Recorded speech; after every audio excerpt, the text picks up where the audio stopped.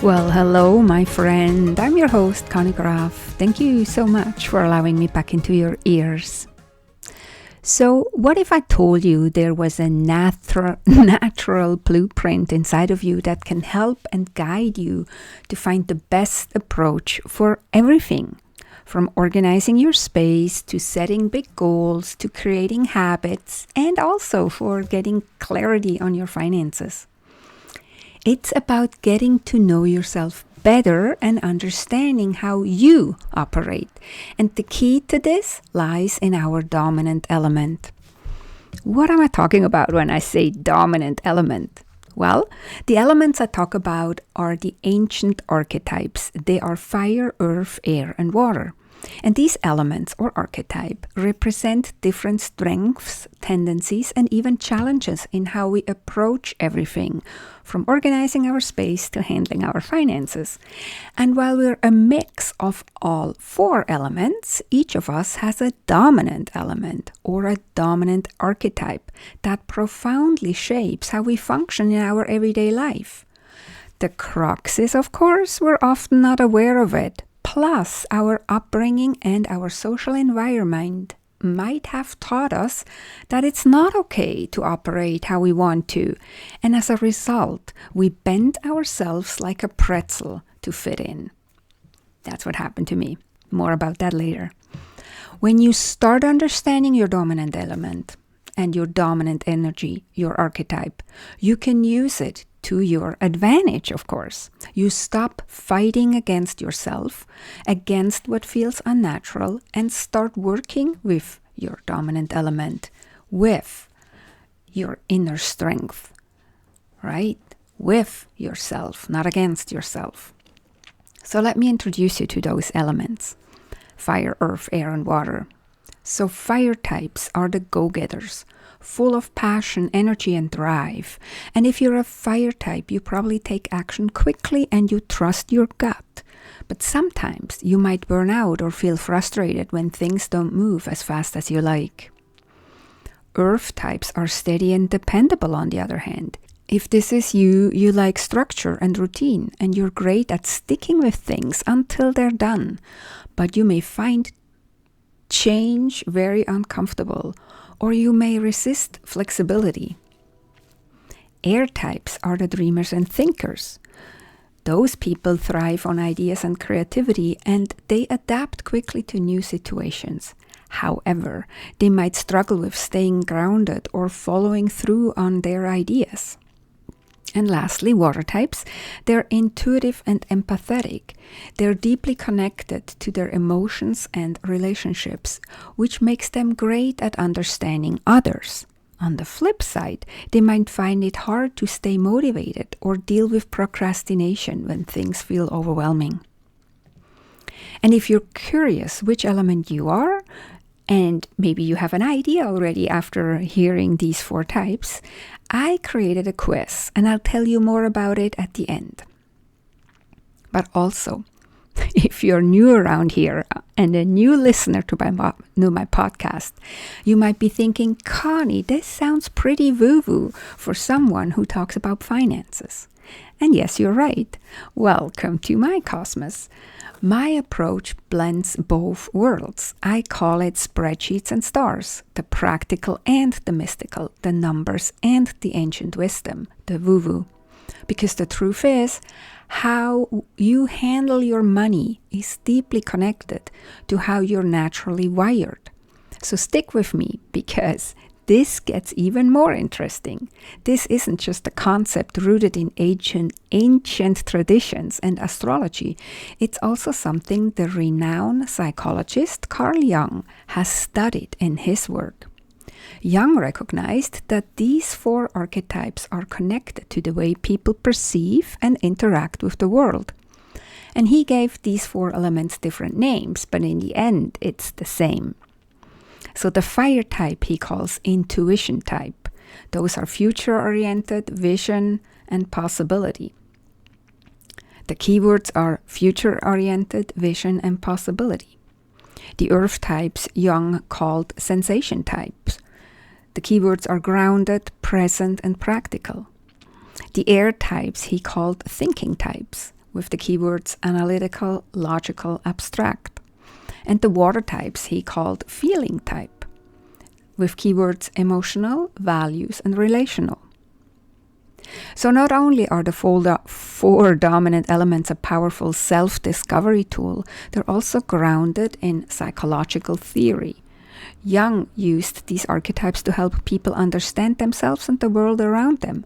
And I'm using them to help you and my clients understand your strengths, your tendencies, and your challenges around business, organization, and finances. So now heads up, I use the word element and archetype often for the same thing.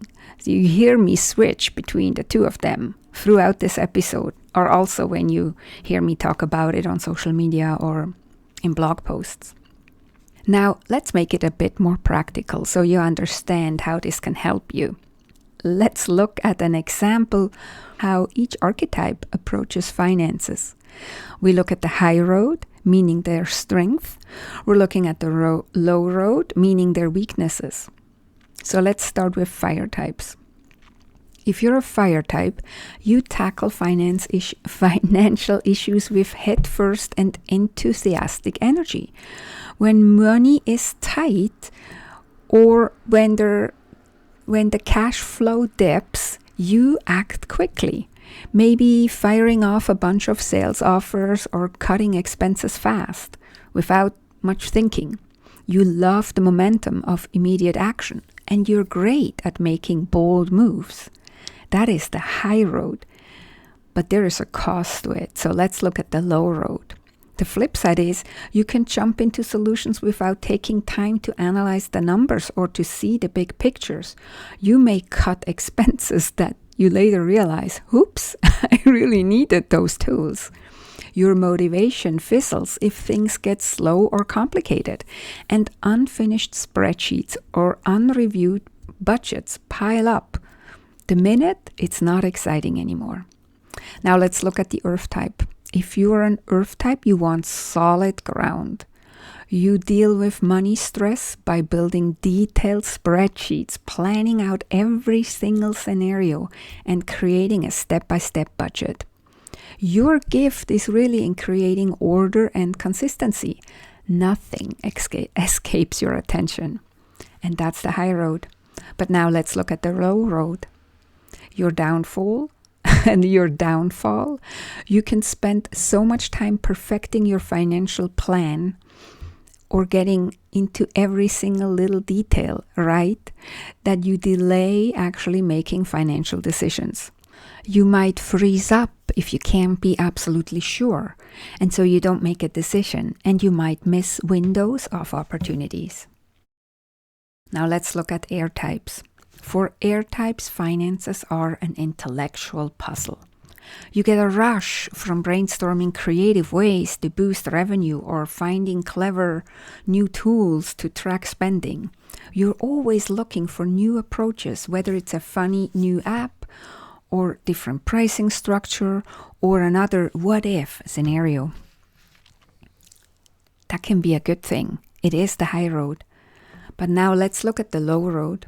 The challenge for you is really you tend to scatter your energy, starting lots of financial improvement projects, but not sticking with any long enough to see real results. What you need is boundaries and deadlines to bring your ideas to the finish line. Otherwise, you also end up in analysis paralysis or just too scattered that anything really makes a difference.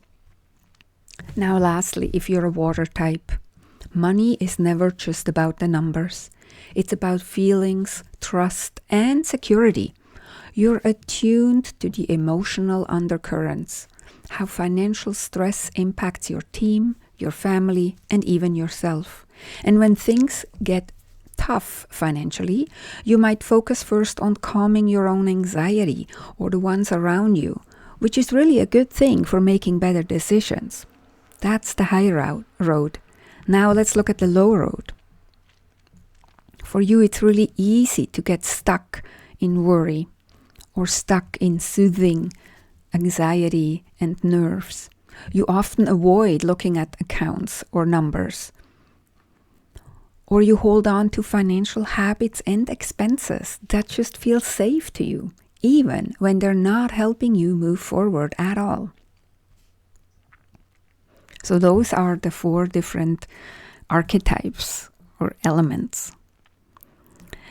This framework helps you see yourself and your tendencies with business finances, and the more you understand how your dominant element, your archetype, influences you and your way of approaching things, the better you can create strategies that help you manage your money with more confidence, which reduces financial stress, and it also helps you reach your business goals better. The example also gives you a taste of how an element's high road, the healthy expression, and the low road, the unhealthy tendencies, can impact how you approach your organizing project, your goals, your decision making, and again, your finances. Now, of course, this is a very broad segmentation to put everybody in just 4 different archetypes or 4 different boxes or buckets. So let's address what it is and what it isn't. So this is not to put you in a box and to say you are like this, or every, let's say, fire type is exactly like this. It's more a tendency you have and an entry point to get to know yourself better. It's also not about fixing you. You're not broken, and no archetype is better than the other. So don't look at it this way. Don't look at it being put in a box or in a bucket about you having to fix yourself or whatever. It's not about that. Instead, it's knowing your dominant element that will then help you discover if you have maybe been operating in the unhealthy spectrum of your element, so more on the low road. It helps you see if you were socialized and pushed to do things in a way that doesn't align with your true innate nature. It helps you plan for the obstacles that will come your way when doing things and will make you more self-aware when you sabotage yourself. The goal is to help you become more aware of your natural tendencies, positive or challenging, and then embrace them and learn to make small shifts that lead to big changes. Small shifts in operating less on in the low road and more into the leaning more into your strength and into the high road, right? Instead of forcing yourself to follow rigid systems that some gurus tell you about or some productivity experts, but then you realize that they don't fit you. When you focus on your dominant element, you can organize and take care of your finances in a way that aligns with your natural energy. For example, if you're a fire type like me, you need quick wins and immediate action steps to stay motivated. While if you're an earth type, you thrive with long-term plans and routines. Earth types don't like quick decisions or quick actions. They want to have a grounded plan. They want to have their thoughts thoroughly investigated, right? Or an air type. They benefit from systems that encourage focus and reduce distraction. And water types, they might need to focus on creating environments that feel emotionally supportive and calming before they can make decent decisions. So it helps really in your day-to-day to know what your dominant element is. But again, it's only the beginning. It's only the top of the funnel, so to speak, the top of the understanding of who you are and how you operate best. As you can see, there is really no one-size-fits-all either. So often we're told what works for one person should work for everyone, but the truth is it doesn't. There's no system that fits all and everyone. And that's okay. That is a great thing. And this is what my work is really about. Helping you and my clients discover their dominant element, fire, earth, air, or water, so you understand yourself better and how you naturally operate. I call it how you tick. And so you can work with your nature, not against it. And as a result, you feel in your element. So when you're operating in alignment with your natural tendencies, when you stop forcing and start flowing, that's what I call in your element. And that's actually why I just renamed my newsletter to In Your Element. In the past few months, I've seen more and more people naming their newsletter. And usually when something is trending, my first reaction is to rebel and to not be part of it. But this time I decided to not do that, to actually find a perfect name for my newsletter as well. And I found it now with In Your Element. The story around how I found the name is actually an interesting one, and I shared it in a blog post. You can go and read it. I will put the link in the show notes if you're interested to know how I got to the name. So this podcast is for business owners and entrepreneurs who are successful but want not just a successful business, but also more peace and clarity and control behind the scene. And if you want to go deeper, you then go and you take my quiz to find out what your dominant element and archetype is. By the way, the quiz also comes with a custom report about your dominant element, and I'm in the middle of updating and overhauling this report. But in true fire energy, I'm too excited to not share it with you already, even though the updates are not all done yet. You can still go and take the quiz, and you will receive the old report, and once the new one is ready, you will receive the updated new report as well. And then from there, you can sign up to my weekly emails In Your Element, where I cover not just tips and insights, what make financial strategies more accessible and money clarity that you can actually apply, but also simple habits and systems I personally use that reduce chaos and actually stick without killing my creativity, without being so rigid, right? Remember, I'm a rebel. But I also share self-discovery and self-awareness so you understand how you naturally operate and what makes your decision easier. Because finances and being organized is not just about numbers, filing systems, or to-do lists. They deeply connect to how we make decisions, how we lead, how we avoid what overwhelms us, and what actually motivates us. And that's why I blend this Swiss precision as a financial expert and consultant with strategy and structure for cash flow, decision, and systems, with a soulful layer infused by astrology that helps you understand how you're naturally wired. I call it spreadsheets and stars, the practical and the mystical, the numbers and the woo. At the core is helping you understand your innate nature, how you're naturally wired and how you work best. And when you know how you thrive and learn what drains you, life, business, and finances get so much easier. You stop forcing. You start flowing. You're in your element.